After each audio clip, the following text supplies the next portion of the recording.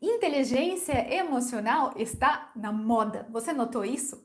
E todo mundo tem uma opinião sobre o que é, como atingir, o que fazer para ter essa inteligência emocional, etc.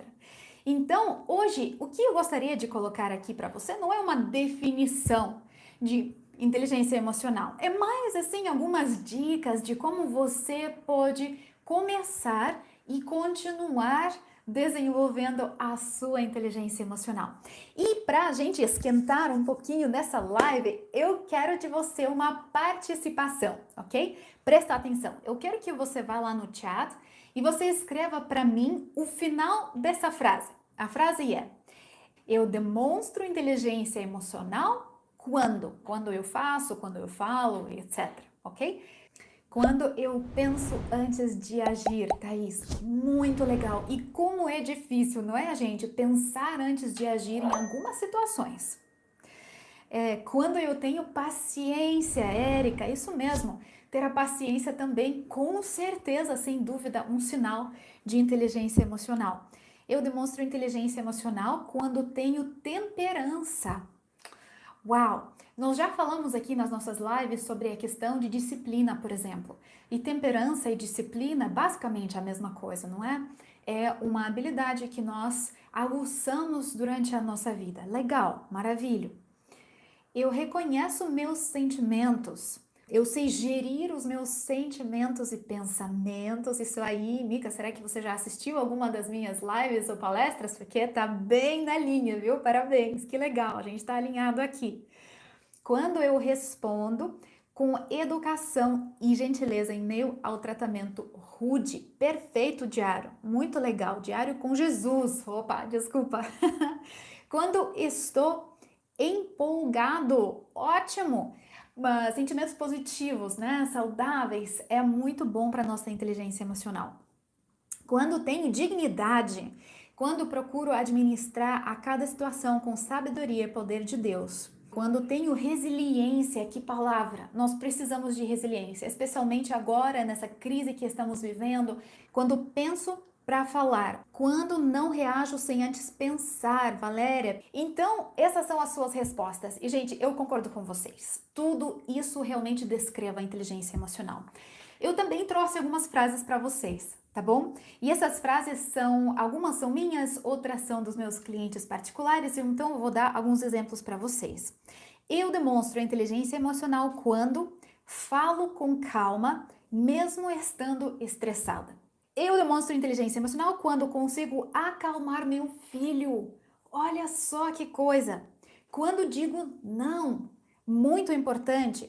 Quando gerencio minhas emoções, muitos de vocês já falaram isso. Quando expresso minha opinião em reuniões de trabalho. Quando peço algo que é importante para mim. Quando tenho autocompaixão e demonstro amor próprio. São muitas ideias e todas elas representam extremamente bem esse conceito de inteligência emocional. E hoje eu quero trazer para você 3 segredos de como você pode mudar a sua vida, aperfeiçoando a sua inteligência emocional. Tá pronto? Bora! O primeiro segredo: autoconhecimento. Eu vou sugerir para você que sem autoconhecimento não é possível a inteligência emocional. Porque vocês colocaram aqui muita coisa perfeita. Eu preciso estar ciente dos meus sentimentos, conseguir gerenciar os meus sentimentos e os meus pensamentos. E como que é que eu vou fazer isso se eu não sei quem eu sou? Se eu não estou ciente desses pensamentos e dessas emoções? Então, o autoconhecimento é de extremo valor, é essencial para a nossa inteligência emocional. Você já ouviu aquela frase muito famosa? Está conosco desde a antiga Grécia, gente, a civilização lá atrás, que é conhece-te a ti mesmo. Já ouviu falar isso? Olha, pessoas muitos séculos atrás já entendiam que sem eu me conhecer, Não é possível relacionamento saudável, não é possível limites nos meus relacionamentos, não são possíveis amizades, não é possível autocuidado, não é possível a inteligência emocional. Precisamos nos conhecer. E a Bíblia fala a mesma coisa. Você sabe, aquele mandamento que Jesus deixou. Ame o seu próximo como a si mesmo. Ame a Deus, seu próximo, como a si mesmo. Olha só, tudo começa com o autoconhecimento. Porque se eu não me conheço, como é que eu vou me amar? Como é que eu vou me cuidar? Como é que eu vou me desenvolver? Então, autoconhecimento realmente é muito importante. Para eu conhecer Deus da mesma maneira, para eu amar Deus, preciso conhecer Ele. Para eu amar o meu próximo, preciso conhecer Ele.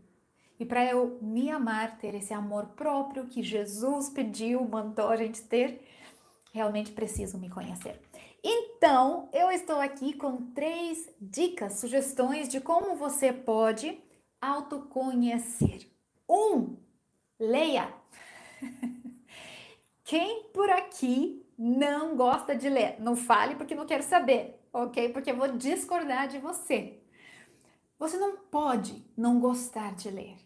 Gente, aqui no Brasil eu tenho notado que às vezes as pessoas dizem isso e outros em volta delas concordam. Ah, eu também não gosto. Pois é, porque é chato, blá blá. Pessoal, nós cristãos, nós que somos líderes, nós devemos estar na frente, nós temos que ser a cabeça e não a cauda. Jesus veio para trazer a vida em abundância. Você precisa se capacitar, você precisa crescer, isso não é opcional. Você não pode ser um bebê espiritual. E esse crescimento geral e autoconhecimento em particular, ele começa com leitura.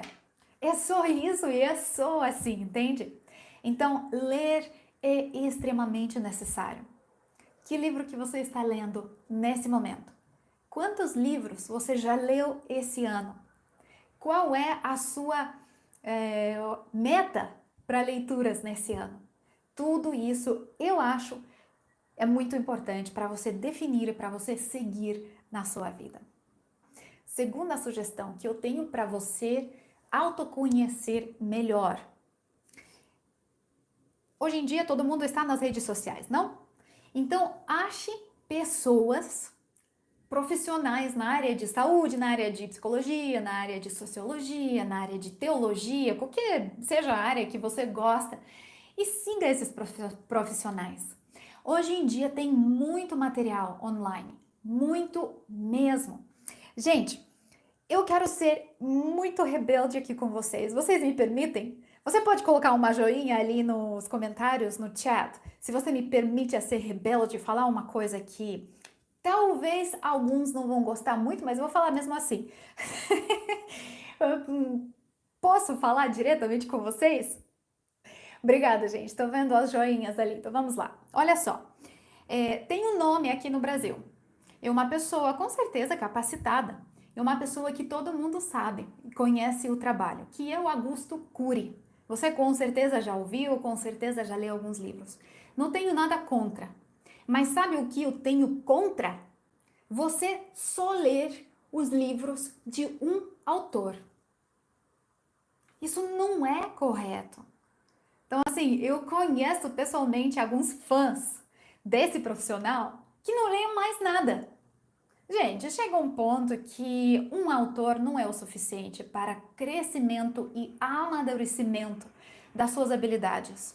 Então, o que eu te encorajo a fazer é realmente ler uma variedade de autores, variedade de pessoas que têm autoridade na sua área, ok? Então, leitura, siga ali nas redes sociais, YouTube é um ótimo lugar para você estar aprendendo mais sobre você, sobre como a mente humana funciona, sobre o seu temperamento, sobre a sua liderança, sobre como lidar com isso ou aquilo e etc. Beleza? Então, terceira sugestão que eu vou dar aqui para vocês, no sentido de autoconhecimento, como você pode melhorar isso, é terapia ou algum tipo de um processo individual. Por que eu coloco isso aqui? Porque eu entendo a realidade que nós enfrentamos. E a realidade desse universo, pelo menos, é que não é perfeito. O nosso planeta não é perfeito. Os meus pais não foram perfeitos, não são perfeitos. E nem os seus.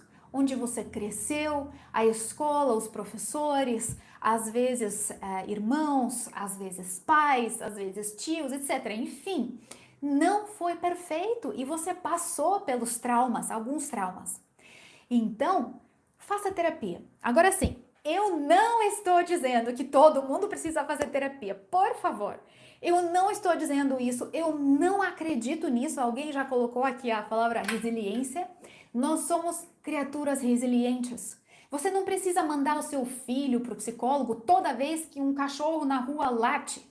Entendeu? Você não precisa mandar o seu filho para o psicólogo cada vez que tem um conflitinho ali na escola. É com você contornar aquela situação, explicar, endireitar, enfim. Não é que todo mundo precisa fazer terapia, não é isso. Mas você que pode estar nos assistindo, que precisa fazer terapia, e você sabe se esse é o seu caso porque você está carregando coisas que são pesadas demais para você, você precisa fazer terapia? Eu sempre falo assim, quando eu estou com uma dor de dente, certo? Ou qualquer outra dor no meu corpo, eu não vou sentar por 15 anos, 25 anos, esperando que a dor passe. Eu vou no médico, eu vou tomar um remédio, eu vou fazer alguma coisa. Mas quando a gente está com depressão, ansiedade, estresse, traumas, etc., nós sentamos sim a vida toda esperando que passe. Isso não vai acontecer sem a sua atitude realmente de tomar essa ação e fazer alguma coisa a respeito.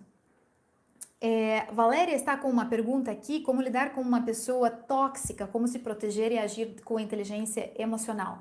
Valéria, aqui o terceiro segredo que eu vou falar agora para vocês tem a ver com isso, ok? Então fique comigo que eu já chego ali.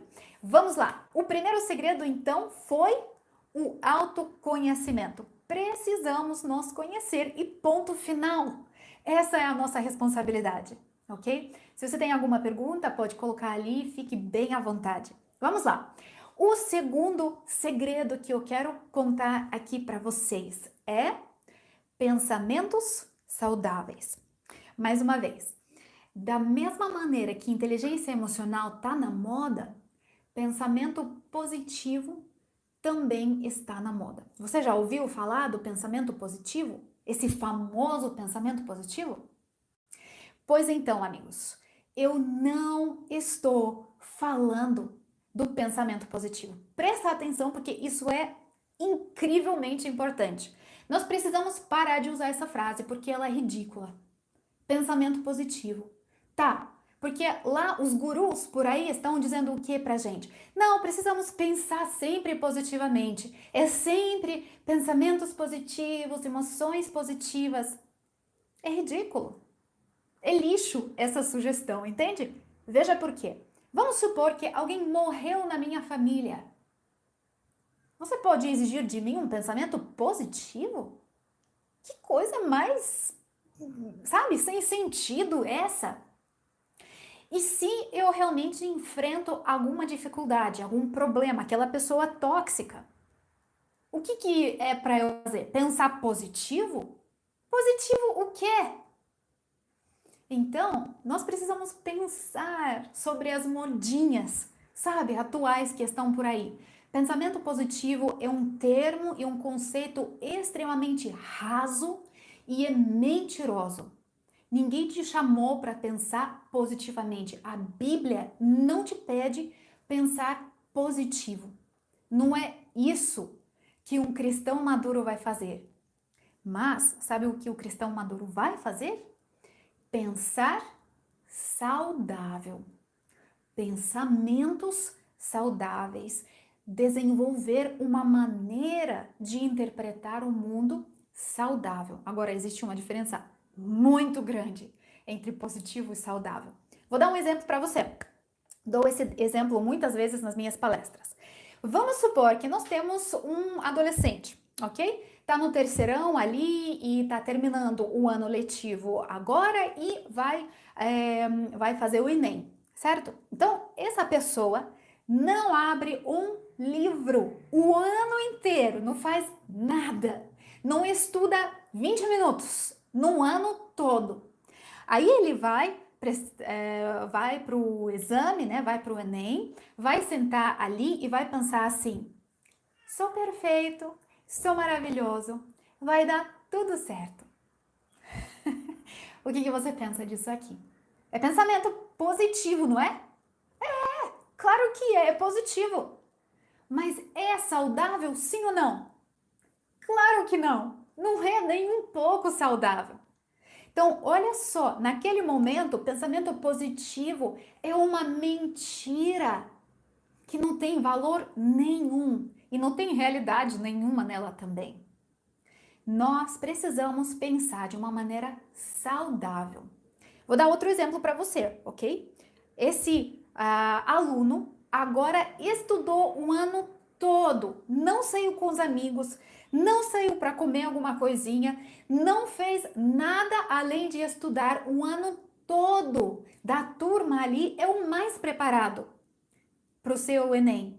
Aí vai lá, senta e pensa assim: sou burro mesmo, nada nunca vai dar certo para mim. Saudável? Claro que não. O que seria saudável? Preparei, estudei, estou pronto, vou fazer o meu melhor. E no primeiro caso, no primeiro cenário, o que seria saudável? Seria pensar: olha, não preparei, não estudei, não sei o que está acontecendo e agora vou ter que enfrentar a consequência disso. É ou não é? Você concorda comigo? Existem pensamentos saudáveis e existem pensamentos mentirosos, insalubres. Os dois podem ser positivos e negativos. Então, a questão aqui não é nunca pensar positivo, é pensar saudável. Se você não lembrar mais nada dessa live, eu gostaria que você lembrasse isso aqui, tá bom?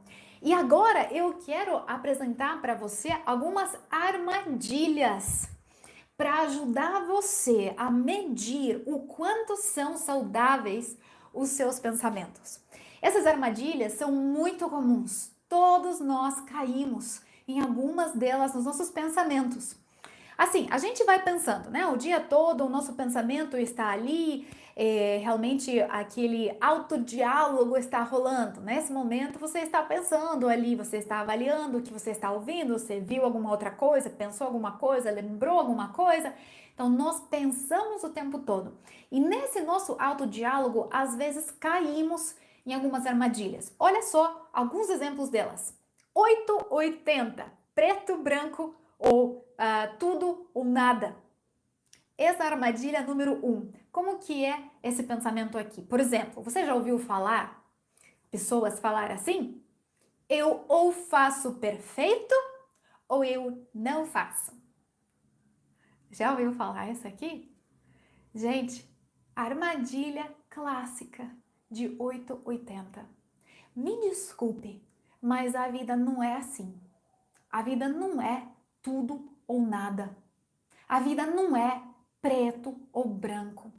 E não existe numa vida de um adulto maduro e emocionalmente saudável esse negócio de ou faço perfeito ou não faço. Às vezes eu preciso fazer o meu melhor e nem porque não é perfeito que eu tenho a desculpa para não fazer. Às vezes eu preciso fazer. E é melhor que não fazer. E com o tempo vou aperfeiçoar. Você entende a diferença? Então não caia nessa armadilha. Por favor, faça da melhor maneira possível, é claro. Mas não se permita aquela desculpa de ou faço perfeito ou não faço nada. Porque a vida não é assim, essa não é a nossa realidade, ok? Mica, que bom que você está gostando. Fernando também, muito bom. Bem-vindos, gente. É muito legal. Solange já falou assim, né? De hoje em diante não vai falar nunca mais. Cada vez que falar, vai lembrar da Svetlana. Ah, não fala assim, não. Muito bom, gente. É muito bacana esse bate-papo aqui com vocês, essas lives. Eu estou adorando porque realmente é uma coisa muito, muito bacana e eu gosto muito de fazer. Mais uma armadilha, a segunda armadilha que eu quero apresentar aqui para você. Olha, essa palavra não existe em português, tá? Mas eu inventei, então agora existe. E a palavra é catastrofizando. Essa é a segunda armadilha que nós caímos em nossos pensamentos de vez em quando. Olha como uma pessoa pensa quando ela está nessa armadilha. Nunca nada vai dar certo para mim. E aí, quem já pensou assim?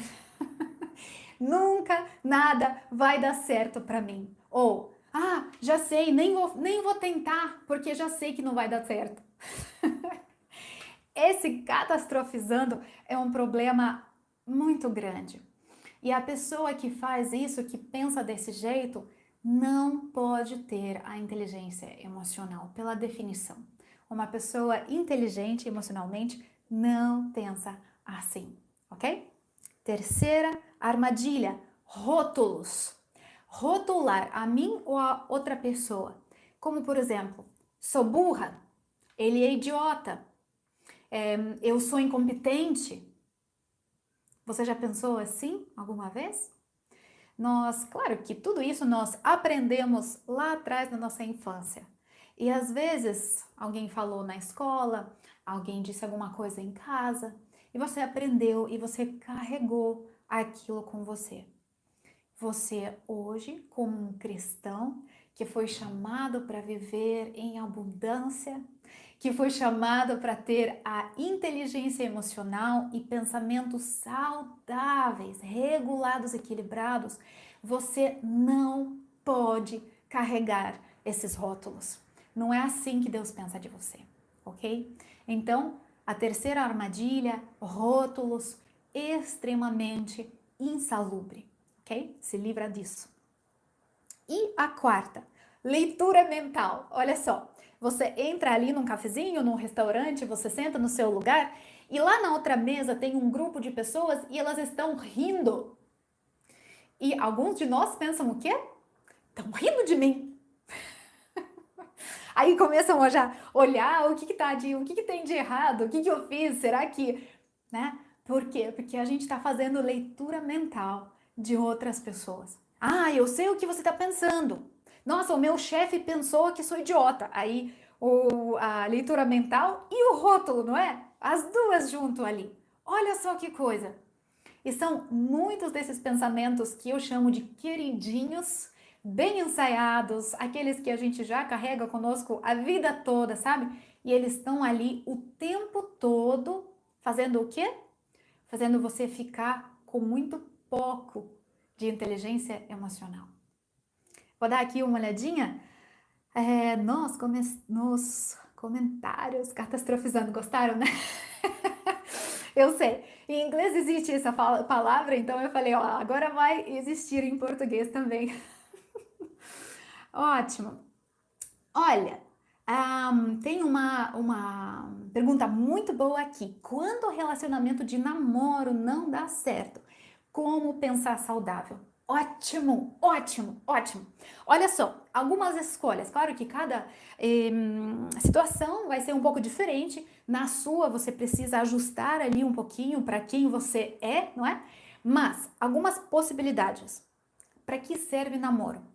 Namoro serve para eu me conhecer e eu conhecer outras pessoas, para eu entender o que funciona, o que não funciona.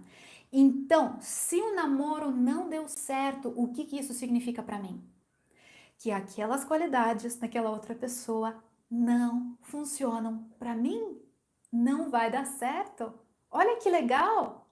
Então, pensar saudável sobre essa situação seria pensar, ok, foi uma pesquisa e já entendi que esse perfil de pessoa não funciona para mim. Ou outra linha de pensamento poderia ser, ok, o meu namoro não deu certo e com isso eu aprendi que eu preciso mudar atitude ou aquela habilidade, ou eu preciso amadurecer ou desenvolver, porque se eu não fizer isso, não vai dar certo com nenhuma outra pessoa. Eu preciso crescer. Aí você vai atrás da solução, você busca essa solução, você cresce. Faz sentido? Esses seriam pensamentos saudáveis nessa situação. Neiva, bem-vinda! Rotular seria uma forma de julgar, com certeza, julgamento muito forte. E olha só, a gente, como bons cristãos, a gente não julga outras pessoas, pelo menos não em voz alta, não é? Mas e a nós mesmos? E rola alguns julgamentos, concorda comigo? Muito julgamento. Sou idiota, sou gorda, sou feia, ninguém gosta de mim. E assim vai. Não sou boa o suficiente, todos têm que gostar de mim, se não, sou incapaz. Eu já ouvi tantos dessas. Trabalho muito com pessoas e sempre estou ouvindo alguma versão desses pensamentos. Precisamos parar com isso. Ok. Sou assim às vezes, né? Felipe, é isso aí, todos nós somos assim às vezes. Por quê? Porque, mais uma vez, nós vivemos em uma realidade imperfeita, contagiada, e não tem pessoas perfeitas e não tem pessoas que não têm algum tipo de armadilha, algum tipo de pensamento insalubre. Mas, por mais que nós entendemos que perfeição não é algo que nós vamos atingir aqui e agora, mesmo assim, eu acredito com toda paixão que é esse o nosso propósito, é crescer, ok? Nós vamos crescer todo dia, nós devemos crescer todo dia. Então, realmente, nós precisamos batalhar com esses pensamentos insalubres que a gente carrega. Só para a gente fechar o segundo segredo, que foi pensamentos saudáveis, não é?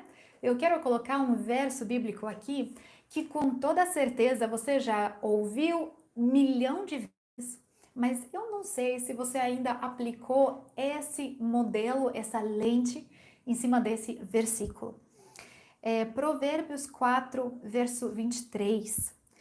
De todas as coisas, guarda o teu coração, pois dele procedem as fontes da vida. Conhece esse? Então, olha só. Quando a Bíblia foi escrita, a Bíblia foi escrita dentro de uma certa cultura, ok? E a cultura nas civilizações antigas, como por exemplo a gente hoje enxerga na cultura do Egito, as múmias que a gente vê hoje, sabe o que acontece? O que eles faziam com o corpo de uma pessoa que morreu? Eles retiravam todos os órgãos, todos eles, para mumificar o corpo, não é? Mas eles deixavam um órgão que eles achavam o centro de tudo. Hoje, se você perguntar a qualquer pessoa qual seria esse órgão, com certeza seria o cérebro, porque a gente entende que é aqui que está a nossa personalidade, as nossas preferências, os nossos hábitos, as nossas inteligências, etc, etc, não é? Mas os egípcios, por exemplo, acreditavam que era coração. Então agora entenda esse versículo dentro dessa cultura. Guarde o teu coração, ou seja, na linguagem de hoje, guarde o teu cérebro. Guarde o teu cérebro. Porque é de lá que procedem as fontes da vida. O que é isso? Pensamentos saudáveis que te deixam viver livre daquele peso morto que você carrega se você pensa de uma maneira insalubre. Fontes da vida, aquelas emoções que vão seguir pensamentos saudáveis. Entende? Então a Bíblia concorda com esse modelo é bíblico. Nós temos a responsabilidade de manter os nossos pensamentos saudáveis. E é assim que nós vamos ter a inteligência emocional para lidar com outras situações. Então, a situação aqui da Larissa, por exemplo, um casamento complicado, algum problema no casamento, aí vem um monte de pensamento insalubre, normalmente.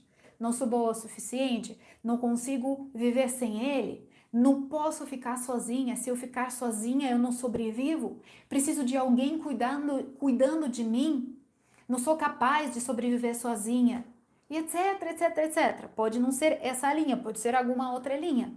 Mas mesmo assim, você tem a tendência, nós, humanos, temos a tendência de pensar de uma maneira insalubre sobre esses assuntos, ok? Então, naquele momento, o número um é trocar pensamento insalubre pelo saudável, o pensamento que Deus tem de você nessa situação. O que é que Deus pensa de você nessa situação? Seria uma ótima pergunta a ser respondida, ok? E o terceiro, que eu já prometi a 2 pessoas esperando essa resposta, é limites nos nossos relacionamentos, ok? Eu acho que, se vocês gostarem disso aqui, a gente poderia fazer uma outra live falando especificamente em limites, como instalar limites, o que são esses limites e etc. Mas aqui eu quero pintar assim uma imagem geral para você. Imagine comigo, você mora em uma casa e ao redor da sua casa tem uma cerca, certo? Para que serve aquela cerca? Pode colocar ali nos comentários e eu vou falando, tá? A gente vai batendo um papo. Para que serve aquela cerca? Para proteger, com certeza, o bom que tem dentro do mal que está lá fora. Mas a cerca, ela não é completa. Tem um lugar naquela cerca que existe uma abertura, existe um portão. Para que serve um portão? Para você abrir e fechar quando você quiser. Você é dono daquela casa, certo? Então, quem tem controle do portão, gente? É o vizinho que tem controle do teu portão? É o ladrão que tem controle? Não deveria, né? Aqui no Brasil até que rola de vez em quando, mas na, no cenário ideal é você, é o dono da casa, que tem o controle de quem entra e quem sai. Ok, aí o teu vizinho ali tá no mesmo esquema, ok? Tem a casinha, tem a cerca em volta e tem uma araucária. Eu estou em Curitiba, vocês que estão assistindo de longe, vocês conhecem a araucária? Árvore maravilhosa, linda, bonita, mas ela é enorme.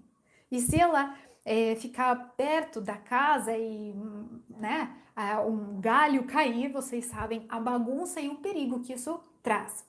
Então, vamos imaginar que esse teu vizinho que tem essa araucária ali no quintal dele, e a araucária tá podre, já faz anos que precisava ser removida, mas ele não fez nada. Aí um belo dia cai uma tempestade e essa araucária faz o quê? No seu quintal, no seu jardim. Quebrou a cerca, bagunça para todo lado. A minha pergunta para você, e aqui eu vou esperar você responder, tá bom? Eu quero ver o que você está pensando. A minha pergunta é: antes dela cair, a araucária tá lá no quintal do seu vizinho. De quem é essa árvore? De quem é? Sua ou dele? Do vizinho! Laura, obrigada. Laura representou todo mundo. Dele, claro, é dele. Ok? É óbvio que a árvore é dele. Agora, segunda pergunta para você. Uma vez que essa árvore caiu no seu quintal, ela é de quem? Maria fala dos dois, do vizinho, dele, do outro. Olha só, esse público que eu peguei hoje estão ligados. Normalmente, quando eu pergunto isso nas palestras ou em treinamentos, normalmente as pessoas dizem, não, agora é minha, passou a ser minha. Não, ela continua sendo do seu vizinho. Aí, ó, temos alguns meu, né? É muito fácil fazer esse erro, muito fácil.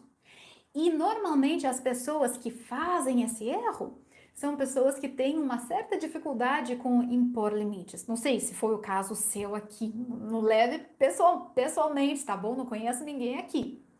Mas olha só, a árvore que estava no quintal do vizinho era dele. Quando ela caiu no seu quintal, ela continua sendo do seu vizinho. Ela não passou a ser sua. Claro, ela quebrou a sua cerca, ela fez uma majestosa bagunça ali no seu jardim, mas ela ainda assim permanece do seu vizinho. Então, quem é que deve ter a iniciativa de limpar tudo aquilo, de resolver o problema? É o vizinho. Você entende? Esse é o cenário ideal, gente. Claro, eu entendo que na realidade, às vezes, você vai bater ali na porta do vizinho uma vez, duas, três, 10 vezes e ele se recusa a limpar aquela bagunça. E é naquele momento que nós pensamos, falamos e desenvolvemos limites saudáveis. Olha só, limites saudáveis. Nessa situação, o limite saudável seria: amigo, a árvore é tua. Eu estou aqui para te ajudar. Como posso ajudá-lo? Mas você é quem precisa limpar essa bagunça. É você de quem eu espero o comportamento de limpar essa bagunça. Gente, nós não conseguimos controlar outras pessoas. Eu não tenho controle das suas atitudes e ações, e nem você das minhas. Então, às vezes, não vai funcionar. Mas eu peço que você pense sobre isso como um modelo, ok? Como algo que deve funcionar. Então, vamos imaginar uma situação onde você tem, sim, completo controle desse tipo de limite. Pai e filho, vocês que são pais, que estão aqui, pense comigo. Você tem um filho ali de 5 aninhos de idade. Coisa linda, maravilhosa, perfeitinha, aquele rostinho, aquela fofura mesmo. E aí essa fofura deixa os brinquedos todos espalhados no chão. Aí você vai lá e como um bom pai, uma boa mãe, você arruma, não fala nada para a criança. A araucária dela é desse tamanho nesse momento, entende? Aí você vai lá e você fala, não vou falar nada, até eu falar, mais fácil eu fazer isso sozinha e pronto. Então você vai lá e arruma, você vai lá e faz. Aí daqui a pouco a tua criaturinha ali já tem 10 anos de idade e o moleque já tá na escola, mas não arruma a cama. Levanta e vai. E pronto, deixa a cama assim. Aí você, mãe, que ama tanto, que se completamente colocou à disposição do seu filho, que parou de trabalhar por ele, etc. Aí você vai lá e pensa assim: puxa, não, olha, daqui 5 anos já nem vou ter ele mais aqui. Então, vou lá, vou arrumar essa cama. Pô, o que custa pra mim? Nossa, é 1 minutinho. Aí você vai lá e faz. Aí amanhã, o moleque de 15 anos vem em casa e fala assim: porque o professor me deu uma nota baixa, porque é disso, porque é aquilo. Aí você faz o quê? Você vai lá na escola e briga por ele. Agora, me diz uma coisa. Eu sei que lá no fundo do coração desse pai, dessa mãe, é amor. É assim que eles entendem. Mas e a realidade? Na realidade, o que está sendo ensinado para essa criança? Estão sendo ensinados limites? Está sendo ensinada disciplina? Está sendo ensinado amor próprio? Ou está sendo ensinado egoísmo e faz o que você quiser porque a mamãe resolve? Então, assim, uma situação onde nós temos completo controle é com os nossos filhos. E o limite saudável seria sempre, sem exceções, deixar que a outra pessoa faça o que pertence a ela a ser feito. Entende? O que é a responsabilidade dela a ser feito. Então, nós precisamos, todos nós adultos e com as nossas crianças, os nossos filhos, nós precisamos enfrentar as consequências das nossas ações e das nossas escolhas. A árvore é do vizinho, mas o problema agora é dos dois. Sim, o problema pode ser dos dois. Então, por exemplo, vamos colocar isso numa situação um pouquinho mais complicada, um pouquinho mais sensível. Vamos supor que o seu cônjuge está com depressão. De quem é a depressão? É dele ou dela? Não é sua. De quem é a consequência dessa depressão? Também da outra pessoa. De quem é a responsabilidade de resolver essa depressão? É da outra pessoa, claro que é da outra pessoa, não é sua, nem é do psicólogo, nem é do psiquiatra, entendeu? É da pessoa que a tem. Só que, claro, que você tendo essa pessoa em casa, o problema passa a ser seu também. E aí você vai lidar com esse problema, você vai impor limites saudáveis, você vai estar disponível, você vai ajudar, mas da mesma maneira você vai falar: olha, isso aqui é com você. Eu entendo que está difícil, mas você precisa cuidar disso ou daquilo, fazer isso, fazer aquilo, porque senão você vai assumir essa araucária para você e não é o certo. Não vai ajudar nem você, nem a outra pessoa. Faz sentido? Ótimo, maravilhoso, que bom que vocês estão gostando, gente. Eu amo essas lives, que é maravilhoso mesmo poder compartilhar, a gente trocar ideias aqui. Ok, às vezes ajo assim, faço. Vai lá e faz, não é? Porque mulheres, especialmente, sem nenhuma discriminação aqui, desculpem, amigos, mas nós mulheres, nós fazemos, nós vemos, é rápido, o negócio é assim, 3 segundos está feito. Mas entendamos que existem situações onde isso não é saudável e não é bom e não faz bem ao nosso cônjuge, ao nosso filho, etc. Precisamos tomar tempo para ensinar, para delegar, para desenvolver aquela habilidade, especialmente no nosso filho e também nos nossos cônjuges, entende? Nós precisamos compartilhar mais daquilo que está acontecendo, compartilhar a responsabilidade pelas coisas em casa, dentro dos familiares, dentro daqueles que moram naquela casa. E isso faz bem a todos. Então, inteligência emocional tá na modinha hoje, mas na verdade o negócio é muito simples. Inteligência emocional, 3 segredos pelo menos que eu compartilhei com vocês hoje são autoconhecimento. Antes de você amar o próximo, você precisa amar a si mesmo. Segundo segredo, pensamentos saudáveis. Mais uma vez, por favor, você que está assistindo, daqui para frente, você nunca mais vai usar aquela frase completamente rasa e sem sentido, que é pensamento positivo. Pensamento positivo não descreve nada, não explica nada, é completamente inútil. Por quê? Pensamento positivo pode ser completamente doentio e insalubre. Ponto final. Então precisamos de pensamentos saudáveis e não positivos, ok? Muito bem. E o terceiro terceiro